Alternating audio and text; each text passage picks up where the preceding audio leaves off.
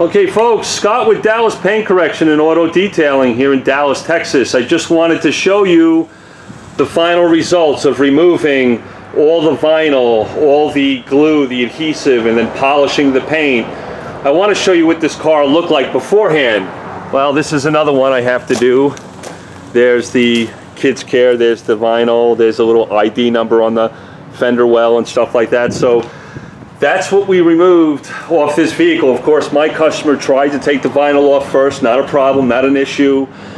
This ended up taking me about 2.5 hours to remove it off this door, to remove it off this fender well, and if we come over here towards the rear of the car, the back bumper, or the back tailgate on this Nissan Rogue, and then of course the bumper had the website listed.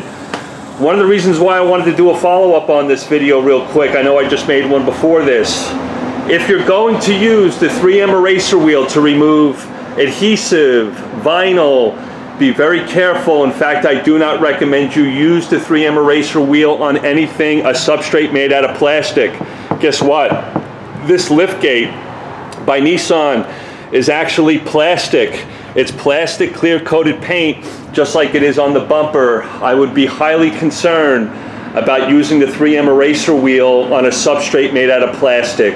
I don't do it. I have another process to remove stickers and vinyl when it's on plastic.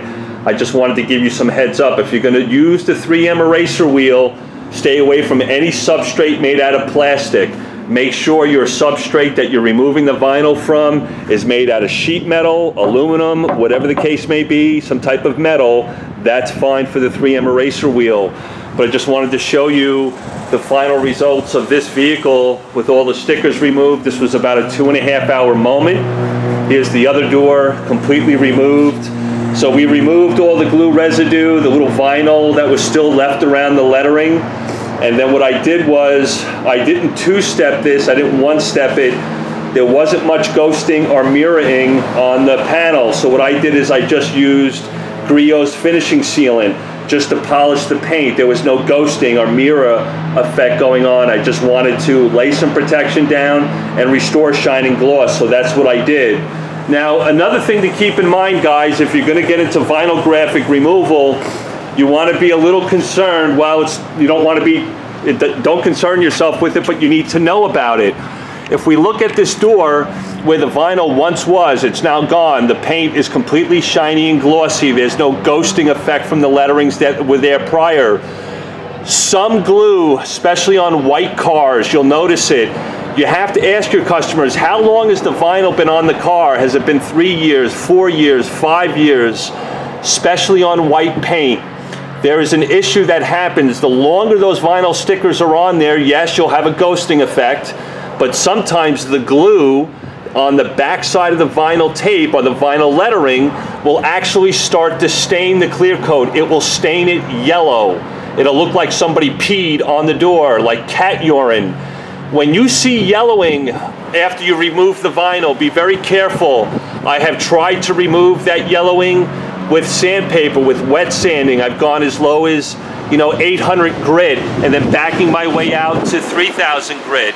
You might get lucky sometimes to remove that yellowing from the paint, but sometimes if that yellowing has allowed to go completely, because it will, I know this sounds crazy, but if the yellowing or that glue has stained the clear coat, it will stain it completely through the clear coat. You will not be able to remove it completely with wet sanding it.